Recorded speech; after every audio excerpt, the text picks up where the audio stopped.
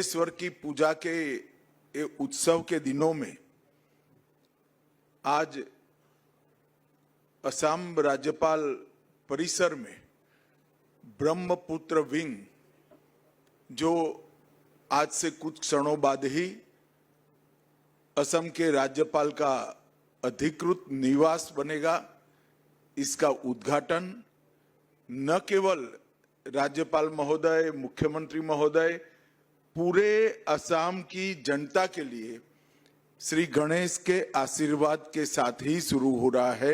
ये हम सब के लिए बहुत आनंद का विषय है। मित्रों, हम सब जानते हैं बृहद आसाम में से पृथक राज्यों की रचना और उसमें से अष्टलक्ष्मी के कंसेप्ट को पुनर्जीवित कर साकार करने वाले अभी के पूर्वोत्तर की कल्पना। ये यात्रा एक प्रकार से जितनी ऐतिहासिक और रोमांचक है, इतनी संघर्ष की गाथा भी है। अनेक प्रकार के उतार चढ़ाव, हिंसक संघर्ष, ये सब को झेलते झेलते झेलते आज उत्तर पूर्व शांति, विकास और संपूर्ण विकास की दिशा में अब आगे बढ़ रहा है। इसी प्रकार से ये राजभवन भी, जैसे हेमंत बिस्वा शर्मा जी ने बताया, एक जमाने में आसाम का गवर्नर साहब मेघालय में विराजते थे और ये इनका कैंप ऑफिस हुआ करता था। मैं मुखी साहब जब गवर्नर थे तब यहां आया था एक बार। मैं कई राज्यों के गवर्नर के निवास पर गया हूं।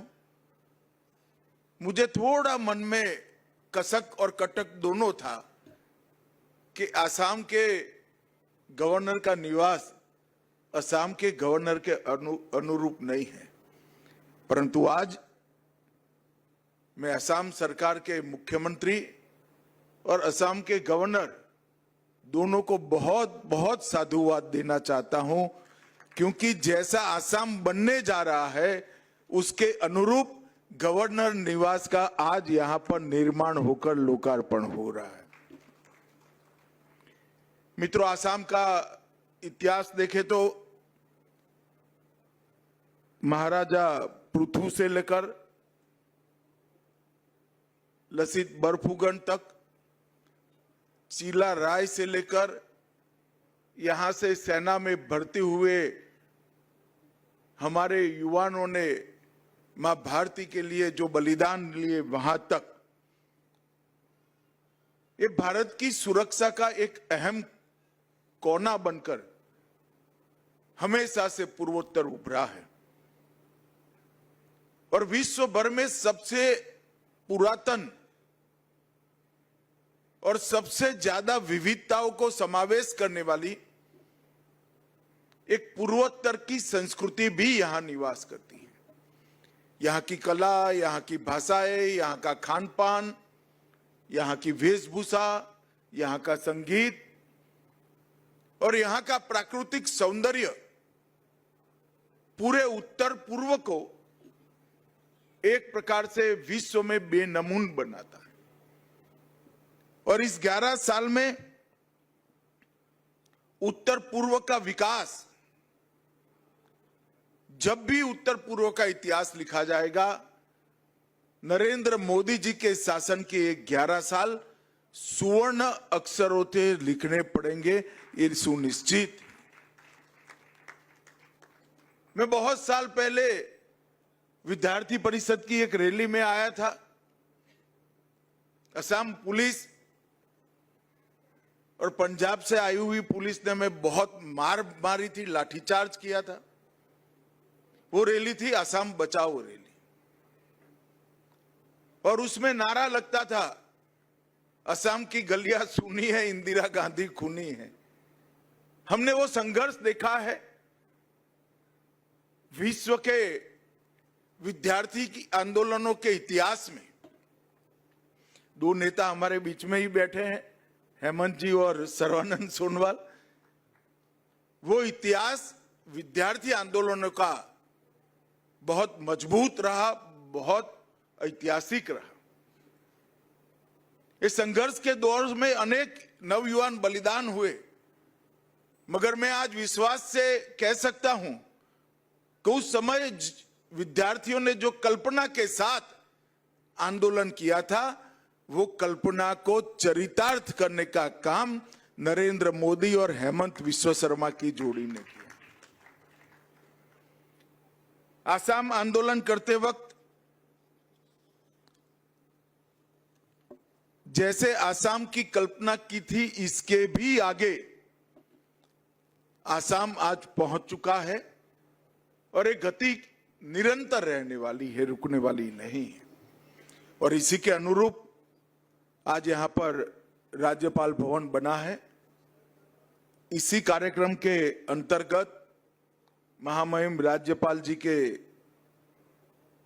सहमति से आज यहां 322 करोड़ से अधिक लागत की 8 परियोजनाओं का लोकार्पण और शिलान्यास किया गया, जिसमें मैं नेशनल साइबर फोरेंसिक लेबोरेटरी के लिए जरूर कुछ कहना चाहता हूं।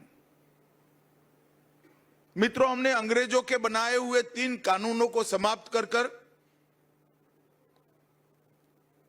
आपराधिक न्याय प्रणाली के 3 नए भारतीय कानूनों को इंट्रोड्यूस किया है और उसमें विज्ञान के आधार पर, एफएसएल के आधार पर पुलिस की जांच और गुनहगारों को सजा दिलाने का प्रयास, इस पर अहम बल दिया है। मोदी जी के नेतृत्व में पूरा भारत डिजिटल इंडिया के स्वप्न को साकार कर रहा है। आसाम हो या गुजरात, एक छोटी सी ठेला लेकर सब्जी बेचने वाली महिला भी जब पेमेंट करने के लिए कोई बटुए में हाथ डालता है तो वो अपना स्क्रीन दिखाती है कि यहां यूपीआई से पेमेंट करिए, तब बहुत आनंद होता है। और उस वक्त साइबर सिक्योरिटी नागरिकों के लिए बेहद जरूरी है। इसलिए भारत सरकार ने 2019 में I4C के तहत दिल्ली में पहला NCFL national cyber forensics laboratory की स्थापना की, जो नागरिकों को अपनी गाढ़ी कमाई साइबर फ्रॉड वालों से बचाने के लिए मदद करती है। और दिल्ली के बाद मुझे कहते हुए बड़ा आनंद है, हेमंत जी का आग्रह से दूसरा NCFL आज गुवाहाटी में बनकर इसका उद्घाटन हुआ है, जो पूर्वोत्तर के सभी 8 राज्यों में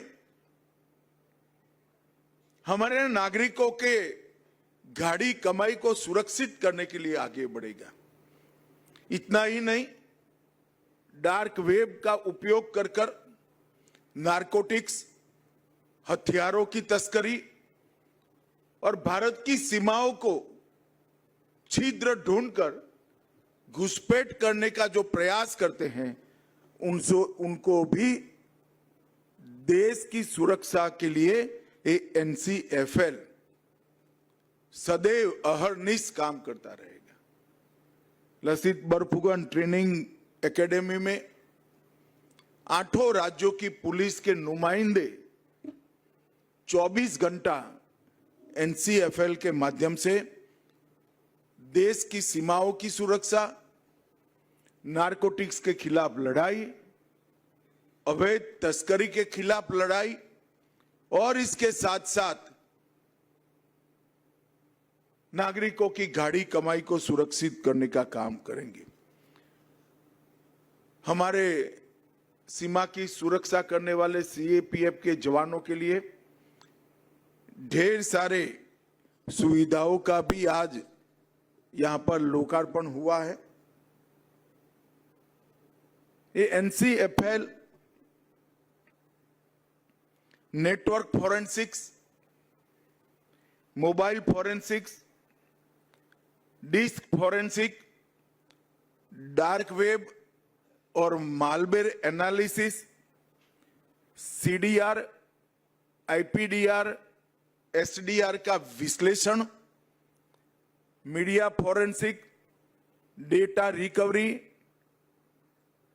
और क्रिप्टो इन्वेस्टिगेशन जैसे आज के जमाने के सभी अपराधों के पीछे लगने के लिए 24 घंटा काम करेगा। मुझे विश्वास है कि लसित बरफुकन एकेडमी में स्थापित ये सेंटर उत्तर पूर्व के आठों राज्यों को सुरक्षित बनाएगा। मित्रों, आज कुछ क्षणों बाद ये ब्रह्मपुत्र विंग का उद्घाटन होगा। लगभग 40 करोड़ से ज्यादा लागत से 3300 वर्ग मीटर से अधिक ये राजनिवास के अंदर कई सारी संवैधानिक गतिविधियों को सुचारू रूप से चलाने की सुविधाएं निर्मित की गई। यहां पर विद्यार्थियों, शोधकर्ताओं, कलाकारों और नागरिक उनकी अनुमोदना करने का काम, उनकी विधाओं को एक्नॉलेज करने का भी काम होगा और एक सार्थक संवाद से राज्यपाल महोदय असम सरकार को जन भावनाओं से अवगत भी कराएगा। और ये जो दृश्य यहां से दिखाई पड़ता है, सागर जैसे ब्रह्मपुत्र को देखकर मैं लक्ष्मणाचार्य जी को कहना चाहता हूं, सबसे भव्य और सबसे सुंदर राजभवन आपके भाग्य में आया है, असम के राज्यपाल में आया। ये जो मनोहर दृश्य है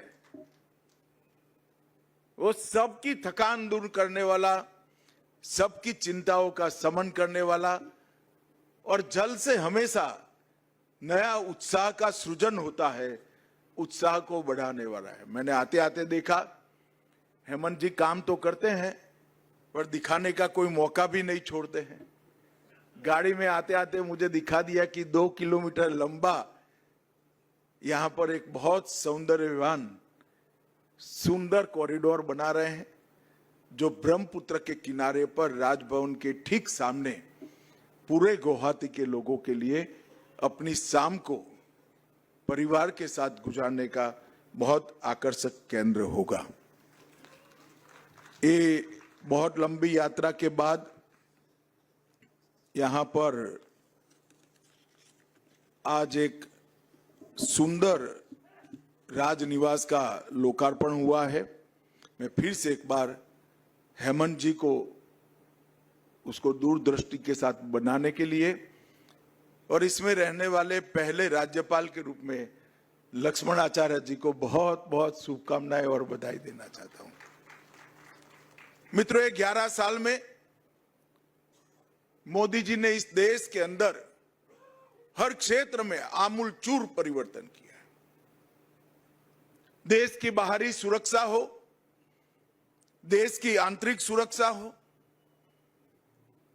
देश के युवाओं को स्टार्टअप के माध्यम से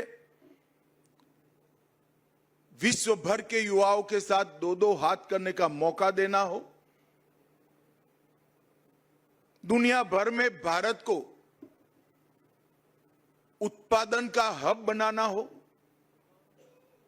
विश्व प्रसिद्ध इंफ्रास्ट्रक्चर का निर्माण करना हो, पूरे देश को 24 घंटा बिजली देने के लिए पर्याप्त बिजली का उत्पादन करना हो, 25 करोड़ गरीबों को गरीबी रेखा से बाहर लाना हो, या 10 साल के अंदर ही देश के 60 करोड़ गरीबों को घर, बिजली, शौचालय, नल से जल, गैस का सिलेंडर, 5 लाख तक का स्वास्थ्य का पूरा खर्चा और प्रति व्यक्ति 5 किलो अनाज प्रति माह देना हो। हर क्षेत्र में मोदी जी ने परिवर्तन लाया है। न केवल नीतियां बनाई, नीतियों को जमीन पर उतारने का काम किया है। और उसके कारण देश भर में जो हर क्षेत्र में प्रगति हुई है, दुनिया इसको अचंभित होकर देख रही है। और पूरी दुनिया में भारत के साथ साथ हमारे प्रधानमंत्री का भी सम्मान बढ़ा है।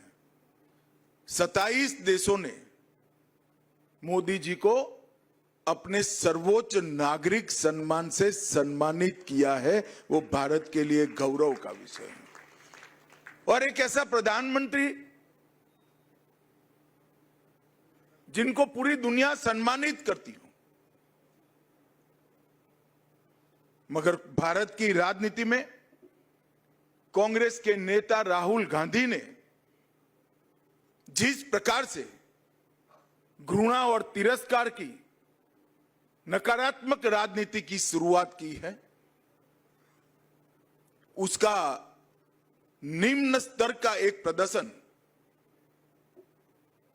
उनकी घुसपैठिया बचाओ यात्रा में देखने को मिला। एक घुसपैठिया बचाओ यात्रा जो उन्होंने बिहार में निकाली है, उसमें राहुल गांधी के स्वागत के मंच पर से नरेंद्र मोदी जी की स्वर्गीय माता जी के लिए अपशब्द बोलकर सबसे घृणित काम कांग्रेस के नेताओं ने किया है। मैं आज इस मंच से राहुल जी ने जिस प्रकार से घृणा की स्तर बगर की राजनीति की शुरुआत की है, उसकी और प्रधानमंत्री नरेंद्र मोदी जी की स्वर्गीय माता जी के लिए जो अपशब्द कहे गए, उसकी मैं हृदय से निंदा करता हूं। और मैं पूरे देश की जनता को भी कहना चाहता हूं कि जिस प्रकार की राजनीति, मुद्दा विहीन विरोध की राजनीति, नकारात्मक राजनीति, घृणा की राजनीति श्री राहुल गांधी ने शुरू की है, वो हमारे सार्वजनिक जीवन को ऊंचाई नहीं देगी, गर्त में ले जाएगी। और ये आज से नहीं है। मोदी जी जब से मुख्यमंत्री बने तब से सोनिया जी, राहुल जी, मणिशंकर अय्यर, दिग्विजय सिंह, जयराम रमेश, रेणुका चौधरी, हर कांग्रेस नेता ने मोदी जी के लिए अपशब्द कहे। कोई मौत का सौदागर कहता है, कोई जहरीला सांप कहता है, कोई नीच आदमी कहता है, कोई रावण बताता है, कोई भस्मासुर बताता है, कोई वायरस कहता है। कांग्रेस के नेता क्या समझते हैं? इस प्रकार की भाषा का प्रयोग कर कर आपको जनादेश प्राप्त होगा क्या? मैं आज कांग्रेस के नेताओं को कहना चाहता हूं, जितनी ज्यादा गालियां मोदी जी को आप दोगे, कमल का फूल इतना ही बड़ा होकर खिलकर आसमान तक पहुंचेगा। और हर चुनाव में आपने प्रयास कर कर देखा है, फिर भी कुछ सीखना नहीं चाहते। हर चुनाव में गाली दिया, मुंह की खाई, और फिर विजय को झुठलाने के लिए एक घुसपैठिया बचाओ यात्रा लेकर ये निकले हैं। एक घुसपैठिया बचाओ और कुछ नहीं है। ये यात्रा घुसपैठिए को बचाने के लिए यात्रा है, अपनी वोट बैंक को प्रोटेक्ट करने के लिए यात्रा। मैं देश भर की जनता को पूछना चाहता हूं, कोई भी लोकतांत्रिक राष्ट्र, लोकतंत्र का आत्मा चुनाव होता है। अगर घुसपैठिए मतदाता सूची में घुसकर चुनाव को प्रदूषित करे तो कोई राज्य, कोई राष्ट्र कैसे सुरक्षित रह सकता है? और कांग्रेस पार्टी ने जो शुरू किया है, देश भर की जनता अचंभित और दुखी होकर इनके कुत्सित प्रयास को देख रही है। मुझे मालूम है के प्रयास को जनता का समर्थन नहीं है, परंतु 2 दिन पहले जो हुआ इसने सारी सीमाएं लांघी। मोदी जी की माता जी का जीवन एक गरीब घर में अपने सभी संतानों को संस्कारित कर कर ऐसे स्तर पर पहुंचा जाए कि बेटा विश्व का नेता बने, ऐसे जीवन को अपशब्दों से बोलना ये भारत की जनता कभी सहन नहीं कर सकती। और इससे ज्यादा राजनीति में सार्वजनिक जीवन का कोई पतन नहीं हो सकता। मैं फिर से एक बार कांग्रेस के कुत्सित प्रयासों की घोर निंदा करता हूं और मैं आग्रह भी करना चाहूंगा राहुल गांधी जी के कि जरा भी शर्म बची है तो मोदी जी की, उनकी स्वर्गीय माता जी की और देश की जनता की जरूर माफी मांगे आप। खैर, ईश्वर सबको सद्बुद्धि दे। आज अच्छा दिन है, हमारे लक्ष्मणाचार्य नूतन गुरु में प्रवेश कर रहे हैं। आज मैं आसाम की पूरी जनता को नए राजभवन के लोकार्पण पर, गणेश वंदना के इस समय में ही ये लोकार्पण हो रहा है। ये नए राजभवन का प्रवेश आसाम की विकास के आड़े जो भी विघ्न होंगे, विघ्नहर्ता जरूर उसका हरण करेगा। मेरी बहुत बहुत शुभकामनाएं। वंदे मातरम। भारत माता की जय। आप देख रहे हैं news UNI। Well-Known Finance is a personal finance platform focused on empowering and serving millennials to take a well-informed decision while buying a financial product like home loan, car loan, business loan, personal loan, SME loans, insurance, etc. For further details, contact us. News UNI हम जियो TV,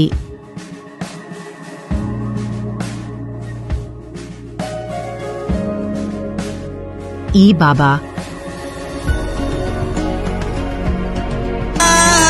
Krishna Krishna Krishna Hare Hare Hare Rama Hare Rama rock TV,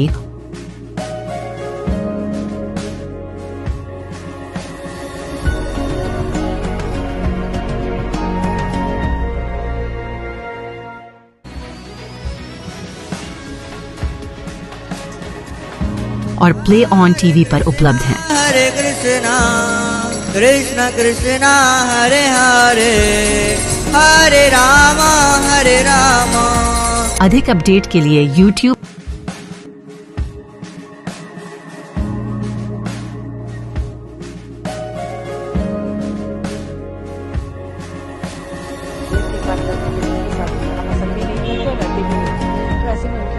और Facebook पर follow करें।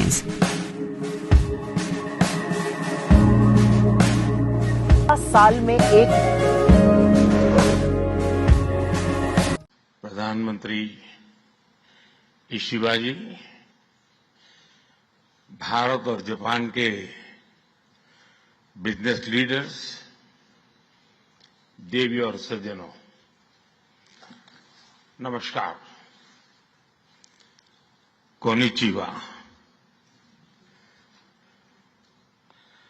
मैं आज सुबह ही Tokyo पहुंचा हूं। मुझे बहुत खुशी है कि मेरी यात्रा की शुरुआत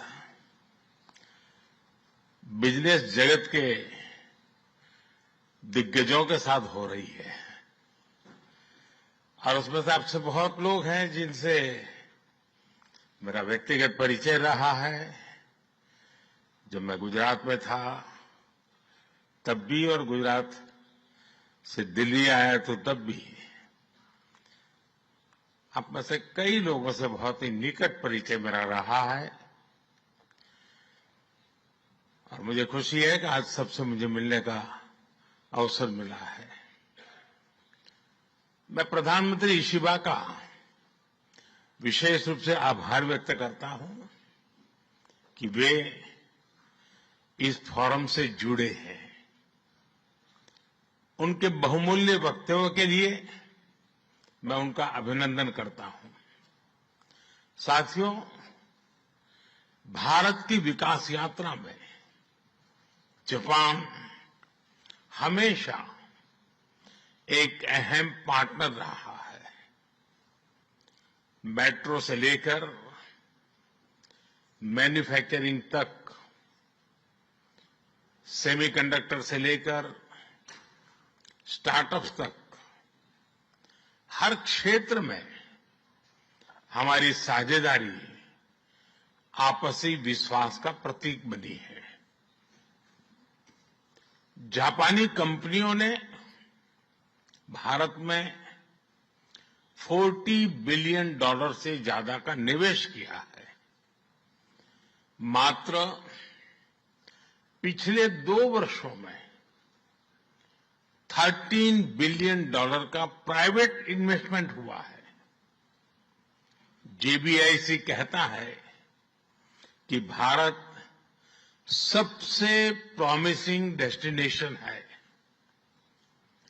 जेट्रो बताता है कि 80% कंपनियां भारत में एक्सपांड करना चाहती है और 75% ऑलरेडी मुनाफे में है।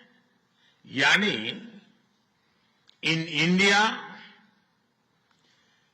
Capital does not just grow, it multiplies. साथियों, पिछले 11 वर्षों में भारत के अभूतपूर्व ट्रांसफॉर्मेशन से आप सब भली भांति परिचित है। आज भारत में पॉलिटिकल स्टेबिलिटी है, इकोनॉमिक स्टेबिलिटी है, पॉलिसी में पारदर्शिता है, प्रिडिक्टिबिलिटी है। आज भारत विश्व की सबसे तेज ग्रो करने वाली मेजर इकोनॉमी है और बहुत जल्द विश्व की तीसरी सबसे बड़ी इकोनॉमी बनने जा रहा है। वैश्विक ग्रोथ में भारत 18% योगदान दे रहा है। भारत की कैपिटल मार्केट्स में अच्छे रिटर्न्स मिल रहे हैं। एक मजबूत बैंकिंग सेक्टर भी है। लो इन्फ्लेशन और लो इंटरेस्ट रेट्स, करीब $700 बिलियन के फॉरेक्स रिजर्व है। साथियों, इस बदलाव के पीछे हमारी रिफॉर्म, परफॉर्म और ट्रांसफॉर्म की अप्रोच है। 2017 में हमने वन नेशन वन टैक्स की शुरुआत की थी। अब इसमें नए और बड़े रिफॉर्म लाने पर काम चल रहा है। कुछ हफ्ते पहले हमारी संसद ने नए और सिंप्लीफाइड इनकम टैक्स कोड को भी मंजूरी दी है। हमारे रिफॉर्म्स केवल टैक्स प्रणाली तक सीमित नहीं है। हमने ईज ऑफ डूइंग बिजनेस पर बल दिया है। बिजनेस के लिए सिंगल डिजिटल विंडो अप्रूवल की व्यवस्था की है। हमने 45,000 कंप्लायंसेस रेशनलाइज किए हैं। इस प्रक्रिया को गति देने के लिए डीरेगुलेशन पर एक उच्च स्तरीय कमेटी बनाई गई है। डिफेंस और स्पेस जैसे सेंसिटिव क्षेत्रों को प्राइवेट सेक्टर के लिए खोल दिया गया है। अब हम न्यूक्लियर एनर्जी सेक्टर को भी खोल रहे हैं। साथियों, इन रिफॉर्म्स के पीछे हमारा विकसित भारत बनाने का संकल्प है, हमारा कमिटमेंट है, कन्विक्शन है और स्ट्रेटेजी है, और विश्व ने इसे रिकॉग्नाइज ही नहीं, एप्रिशिएट भी किया है। S&P ग्लोबल ने 2 दशक बाद भारत के क्रेडिट रेटिंग अपग्रेड किए हैं। The world is not just watching India, it is counting on India. साथियों, अभी भारत जापान बिजनेस फोरम की रिपोर्ट प्रस्तुत की गई। कंपनियों के बीच हुई बिजनेस डील्स, इसका बड़ा विस्तार से वर्णन दिया गया। इस प्रगति के लिए मैं आप सभी का बहुत बहुत अभिनंदन करता हूं। हमारी साझेदारी के लिए मैं भी कुछ सुझाव बड़ी नम्रतापूर्वक आपके समक्ष रखना चाहूंगा। पहला है manufacturing.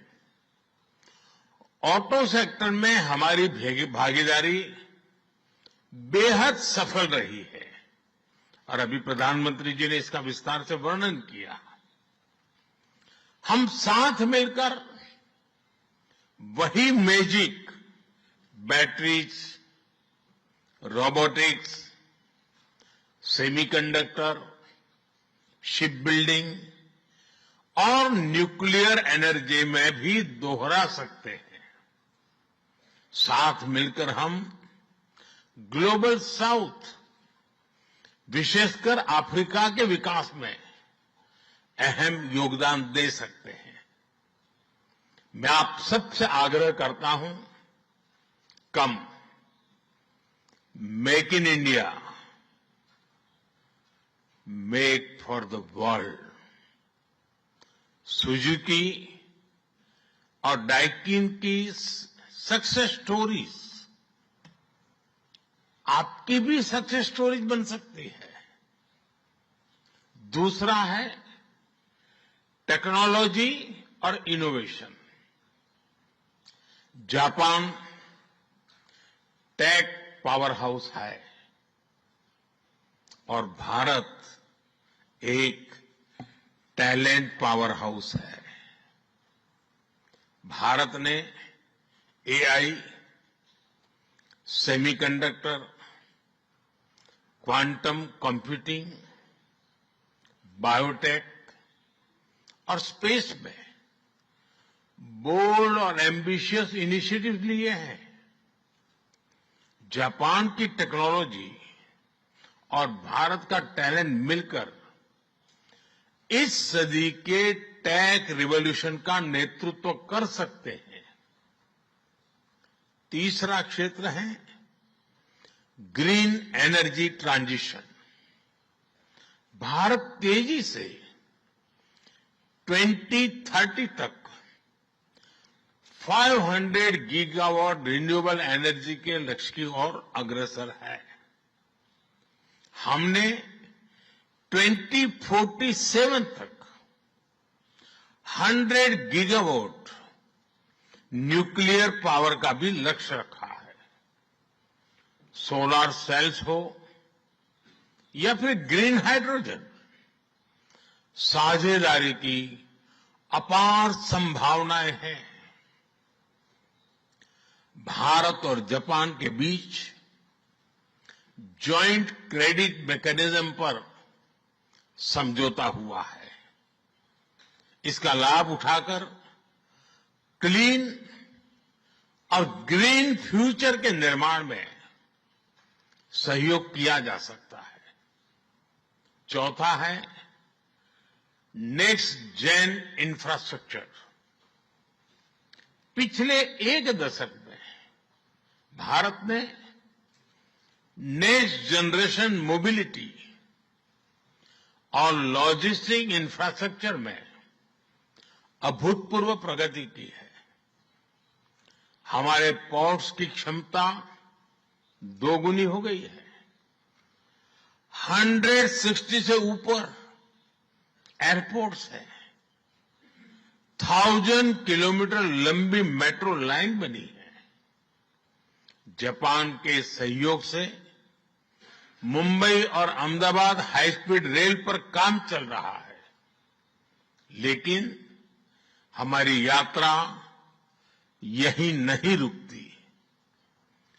Japan's excellence and India's scale can create a perfect partnership.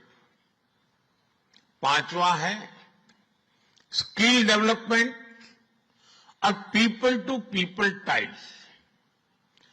Bharat का स्किल्ड युवा टैलेंट वैश्विक जरूरतें पूरी करने की क्षमता रखता है। इसका लाभ जापान भी उठा सकता है। आप भारतीय टैलेंट को जापानी भाषा और सॉफ्ट स्किल्स में ट्रेनिंग दें और मिलकर एक जापान रेडी वर्कफोर्स तैयार करिए। A shared workforce will lead to shared prosperity.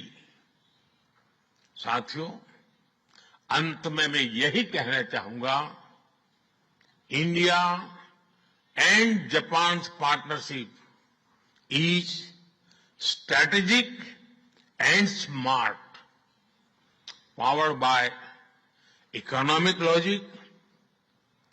We have turned shared interest into shared prosperity. India is the springboard for Japanese businesses to the global south. Together, we will shape the ASEAN century, Asian century for stability, growth and prosperity. इन्हीं शब्दों के साथ मैं प्रधानमंत्री इशिबाजी और आप सभी का आभार प्रकट करता हूं. अरिगातो गोजाइमास. बहुत बहुत धन्यवाद. आपका मनपसंद चैनल न्यूज यूएनआई अब आ रहा है जियो टीवी पर भी. Channel number 3003. उसके साथ अब हम उपलब्ध हैं ओटीटी प्लेटफॉर्म्स पर, जैसे rock TV, zinger TV, play on TV, ईवावा, D2H live TV, world TV, Nexa G TV HD, TV HD1, Googly TV, star on TV, FTV, solid TV box, crick star, रोज news, Chanakya world TV. इसके अलावा हम आपके साथ जुड़े रहेंगे social media pages पर, जो है हमारे Facebook UNI news Hindi, UNI news Bangla, उसके साथ लिंक्डइन और इंस्टाग्राम पर भी. यही नहीं, इसके अलावा हम आपके साथ जुड़े रहेंगे यूट्यूब के माध्यम से भी.